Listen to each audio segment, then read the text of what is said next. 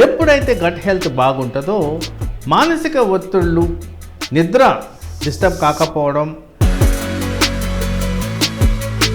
Over the counter antibiotics వాడినప్పుడు, irrational usage of antibiotics వాడినప్పుడు. Doctor గారు, గట్ హెల్త్ బాగుంటే బ్రెయిన్ హెల్త్ బాగుంది అని అంటారు కదా, గట్ హెల్త్ అంటే ఏమిటి?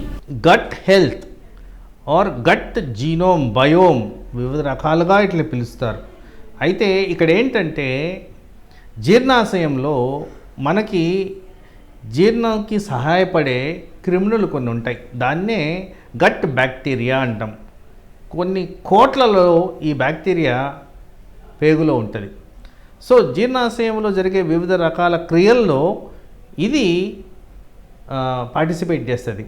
ఈ పార్టిసిపేషన్ చేసినప్పుడు ఏం చేస్తుందంటే ఇక్కడ డైజెషన్ అనే ప్రక్రియలో అసిమిలేషన్, అబ్జార్ప్షన్ అండ్ ఫెసిలిటేషన్ అనేవి ఈ మూడు ప్రక్రియలు ఈ గట్ బయోమ్ ద్వారా ఫామ్ అవుతుంది. అంటే ఈ బ్యాక్టీరియా ద్వారా జీర్ణాశయంలో మనకు కావాల్సిన లాభాలన్నీ కూడా చేకూరుతాయి.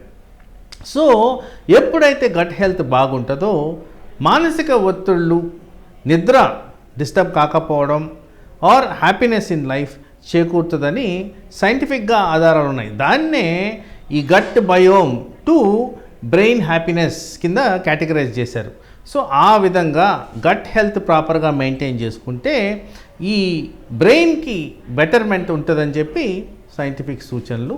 ఆ విధంగా గట్ హెల్త్ని ప్రాపర్గా మెయింటైన్ చేయడానికి మనము సలహాలు, సూచనలు మాటిస్తూ జీర్ణాశయానికి ట్రబుల్ రాకుండా ఉంటే బ్రెయిన్ బెటర్గా ఫంక్షన్ చేస్తుందని రుజువులు ఉన్నాయి. సార్, గట్ హెల్త్ బాగుండాలంటే మరి ఎలాంటి ఫుడ్స్ తీసుకోవచ్చు?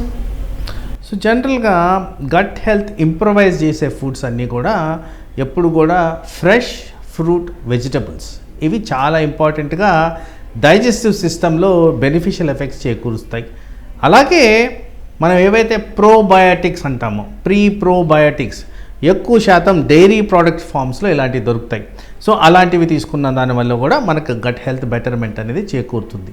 సో ఆ కారణంగా ఇది ఇంప్రొవైజేషన్కే ఇంప్రూవ్మెంట్ అనే విధంగా ఉంటుంది. తర్వాత ఇక్కడ నేను ఒకటి చెప్పదలుచుకుంది ఏంటంటే ఓవర్ ద కౌంటర్ యాంటీబయాటిక్స్ వాడినప్పుడు, ఇర్రేషనల్ యూసేజ్ ఆఫ్ యాంటీబయాటిక్స్ వాడినప్పుడు ఇలాంటి బ్యాక్టీరియా ఏదైతే ఫ్రెండ్లీగా ఉంటాయో జీర్ణాశయంలో అవన్నీ డెస్ట్రాయ్ అయిపోయడం కారణంగా వాళ్ళు మానసిక ఒత్తిడికి గురవుతారు. అందుకోసమే ఇక్కడ నేను చెప్పదలుచుకుంది ఏంటంటే ఇష్టం వచ్చినట్టు మందులు వాడద్దు.